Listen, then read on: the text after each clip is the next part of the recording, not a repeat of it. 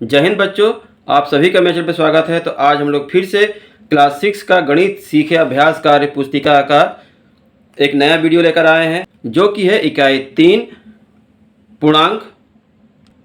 तो आज हम लोग इसको सॉल्व करेंगे, हल करेंगे। और वीडियो पसंद आए तो अपने मित्रों में शेयर करें, कमेंट करें। अगर आप हमारे चैनल पर पहली बार आए हैं तो कृपया सब्सक्राइब कर लें और साथ में बेल आइकन को जरूर दबाएं, ताकि आगे आने वाली वीडियोज़ की नोटिफिकेशन आपको सबसे पहले मिल जाए। तो चलिए शुरू करते हैं।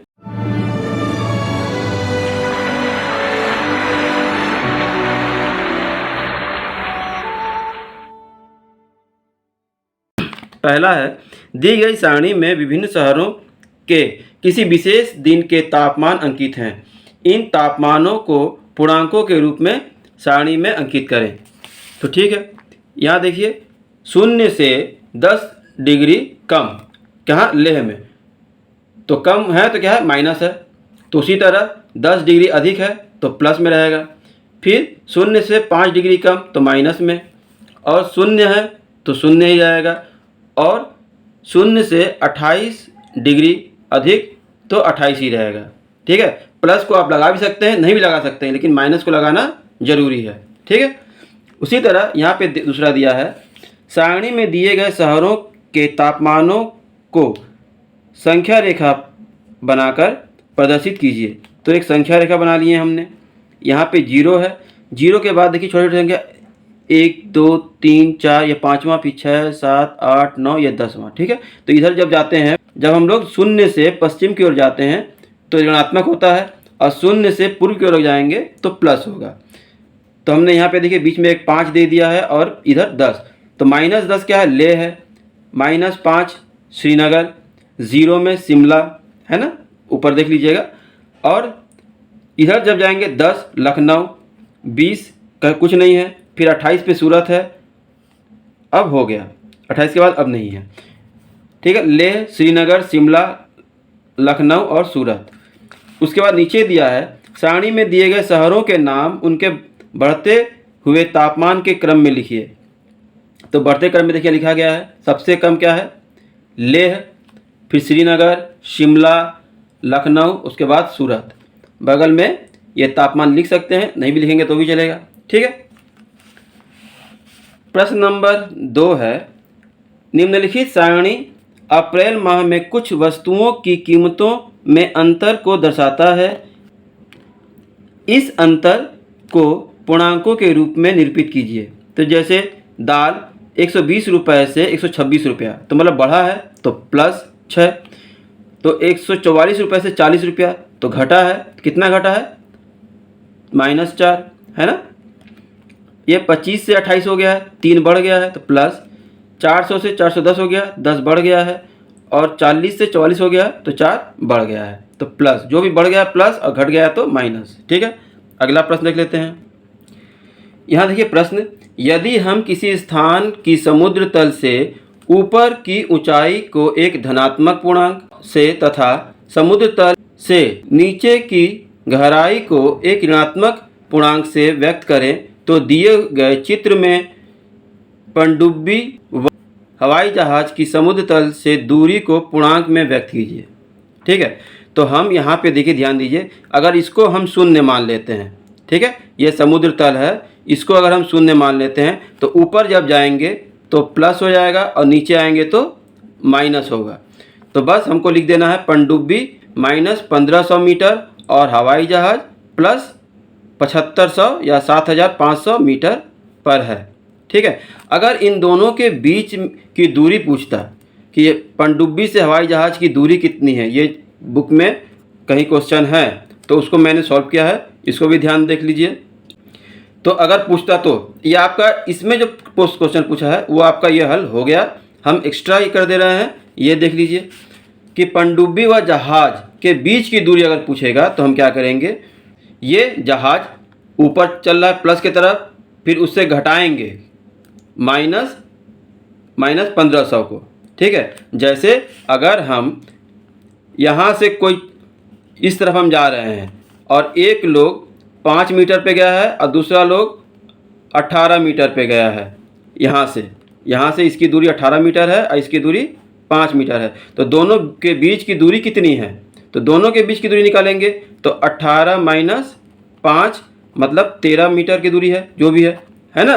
तो उसी तरह दोनों को घटाते हैं, तो यहाँ पर भी घटाएंगे हम लोग। तो 7500 में से माइनस 1500 को घटाएंगे तो ये माइनस और माइनस क्या हो जाएगा, प्लस हो जाएगा, प्लस और जोड़ देंगे तो 5 5 10 का 0, हाथ में 1, 7 8 1 9, 9000 मीटर। ठीक है, तो हमको ये तो करना नहीं था, लेकिन हमने यहाँ पे कर दिया है। अगर दूरी पूछेगा तो ऐसे लिखेंगे, और नहीं तो सिर्फ हमारा यही आंसर हो जाएगा ऊपर ये दोनों। ठीक है, अगला प्रश्न देख लेते हैं। दिए गए वर्गाकार सारणी के खाली स्थानों को पूर्णांकों का प्रयोग करते हुए इस प्रकार भरिए कि उनका योगफल पंक्तिवार, स्तंभवार और विकर्णवार 3 हो। ठीक है, तो हम देखिए यहाँ पे जो भरे हैं, यहाँ बड़ा है, यहाँ पे देख लीजिए ध्यान से। ठीक है, ये जो भरा था हमने यहाँ नीला से भरा है, बाकी हम जो भरे हैं उसको लाल से भरे हैं। तो 5 में से 2 घटाएंगे तो 3 आ जाएगा, इस तरह से भी। ठीक है, और ये 3 और 1 4, 4 में से 1 घटाएंगे तो 3 आ जाएगा। और ये देखिए 2 और 4 6, 6 में से 3 घटाएंगे तो भी 3 आ जाएगा। अब इधर से देख लेते हैं, 2 और 1 3, 3 में 0 जोड़ेंगे तो 3 ही आएगा इधर से, इधर से। तो यहाँ 1 और 4 5 हो गया, 5 में से 2 घटाएंगे तो 3 आ जाएगा, इस तरफ से भी। अब ऐसे देख लेते हैं, 2 में से 2 घटाएंगे, ख़त्म, 3 बच गया। और यहाँ 1 और 5 6 हो जाएगा, 6 में से 3 घटाएंगे तो 3, और 4 में से 1 घटाएंगे तो 3, मतलब सब तरफ से हमारा 3 आ जा रहा है। समझ में आ गया, देख लीजिए आप लोग। अगले प्रश्न में कहा है, नसीम 500 रुपये लेकर एक दुकान पर जाता है। दुकान पर वस्तुओं की कीमत चित्रानुसार दर्शाई गई है। वह किन किन वस्तुओं को खरीद सकता है कि उसके पास भी एक भी रुपये शेष न बचे। तो 500 रुपया लेकर गया है, तो देखिए हमने लिख दिया है 45। ठीक है, मोजा जो लिखा था, और टोपी 35 रुपये की, ये टोपी 35 रुपये की, बैग 110 रुपये की, और कमीज 300 रुपये की, 310 रुपये की। इसको हम जोड़ते हैं तो 500 रुपये आ जाता है। ठीक है, अगला है, निम्नलिखित शब्द समूहों में धनात्मक पूर्णांक और ऋणात्मक पूर्णांक को प्रदर्शित करने वाले संबंधों को दी गई निम्नलिखित तालिका में लिखिए। ठीक है, यहाँ पे देखिए ये सब लिखा है, चढ़ना, लाभ, घटना, ये सब जो है। इधर धन पूर्णांकों को प्रदर्शित करने वाला संबंध, और यहाँ ऋणात्मक मतलब माइनस वाला। तो देखिए जो लाभ है वो प्लस रहेगा, चढ़ना प्लस, लाभ प्लस, आमदनी प्लस, ऊपर प्लस, ऊंचा प्लस, पूर्व प्लस, आगे प्लस और उछाल प्लस। उसी तरह माइनस वाला कौन सा होगा, ऋणात्मक, घटना, खर्चा, पीछे, नीचा, हानि, पश्चिम, उतरना, गिरावट। ठीक है, अगला प्रश्न देख लेते हैं। 7वां प्रश्न है, दी गई संख्या रेखा के आधार पर निम्नलिखित के उत्तर दीजिए। तो यहाँ देखिए ये संख्या रेखा है, इस पर दिया है संख्या रेखा पर अंकित बिंदुओं को उनके घटते हुए अवरोही क्रम में लिखिए। ठीक है, घटते हुए मतलब क्या करेंगे, अवरोही क्रम में। तो घटता सबसे बड़ा पहले लिखते हैं। ठीक है, तो सबसे बड़ा कौन है, इधर प्लस के तरफ, इधर तो माइनस है, बताए थे। पूर्व की ओर प्लस होता है और पश्चिम की ओर माइनस होता है, मतलब छोटा होता है। तो इधर से शुरू करेंगे, तो इधर देखिए पहले G F E D C B A हो गया। अब दिया है, यदि बिंदु B को -10 लिखें तो +10 वाला बिंदु कौन सा है। तो यहाँ से हम देखते हैं अगर, ठीक है, यहाँ से 2 4 6 8 10 है ना, बिंदु B को अगर हम 10 लिखते हैं, ये वाला -10 अगर है, -10, तो यहाँ से 2 4 6 8 10 आ रहा है, तो इधर जाएंगे 2 4 6 8 10 F आएगा, तो ये +10 हो जाएगा। तो हम ये लिखेंगे F को। ठीक है, उसी तरह दिया है, संख्या रेखा पर अंकित बिंदुओं में से किसका मान सबसे कम है। तो सबसे पश्चिम की ओर जो है वो, तो A का मान कितना है ये भी देख लेते हैं, 12 14 16, तो -16, यहाँ पे -16 मैंने लिख भी दिया, ठीक है। चलो अगला प्रश्न देखते हैं। किसी स्थान का सुबह का तापमान 4 डिग्री था, उसी स्थान पर रात का तापमान सुबह के तापमान से 6 डिग्री कम हो गया। तो 4 तो पहले था और -6 डिग्री कर देंगे तो -2 डिग्री आ जाएगा। तो रात का तापमान -2 डिग्री है, ठीक है, या था। अगला प्रश्न, प्रश्न 9 है। एक प्रश्न पत्र में छात्र को सही उत्तर देने पर 4 अंक मिलते हैं और गलत उत्तर देने पर 1 अंक काट लिया जाता है। रिया ने 30 प्रश्नों के सही उत्तर देने पर 100 अंक प्राप्त किए। रिया ने कुल कितने प्रश्नों को हल करने का प्रयास किया? ठीक है, मतलब ऐसे तो क्या होना चाहिए, 4 अंक मिल रहा है एक पे, तो 3 चौके 12 120 अंक मिलना चाहिए, लेकिन 100 अंक ही मिला है। तो हम लोग इसे हल करेंगे। 30 सही प्रश्नों के अंक बराबर 30 × 4 120 अंक, कुल प्राप्तांक 100 था। तब काटे गए अंक बराबर, तो 120 में से 100 कम करेंगे तो 20 अंक काट लिया गया था। तो गलत प्रश्नों की संख्या कितनी है? 20 ही रहेगी, क्योंकि एक गलत तो 1 अंक माइनस, ठीक है। तो कुल हल किए गए प्रश्न क्या होंगे?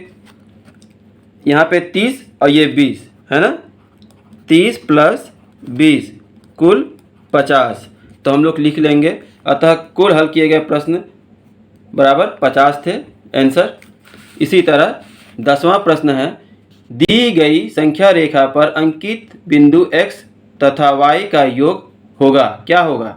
तो पहले हम इसको देखेंगे। यहाँ पे 0 है, 2 4 6 8 10 12 और यहाँ पे क्या आ रहा है? 14 आ रहा है। तो हम लिखेंगे प्रश्नानुसार x बराबर -14 और y +12, ठीक है। तब लिखेंगे तब x + y बराबर -14 और +12, ठीक है। अब -12 में से 14 को जोड़ेंगे तो आ जाएगा -2, ठीक है। 14 बड़ा है इसलिए इसमें से घटाएंगे तो माइनस वाला ही बचेगा। तो ये हमारा आंसर। अगला प्रश्न देख लेते हैं। यहाँ देखिए, प्रश्न चिन्ह वाले स्थान को भरिए। अब यहाँ पे चूँकि माइनस प्लस वाला है तो इसमें हम इसको गुणा करके इसको भरेंगे। आपको ऊपर नियम दिख रहा होगा, आप लोग इसको याद कर लीजिएगा कि प्लस का माइनस से अगर गुणा हो तो प्लस माइनस माइनस होता है। तो 6 दूनी 12 माइनस है। इसी तरह 7 दूनी 14 माइनस माइनस प्लस, ठीक है।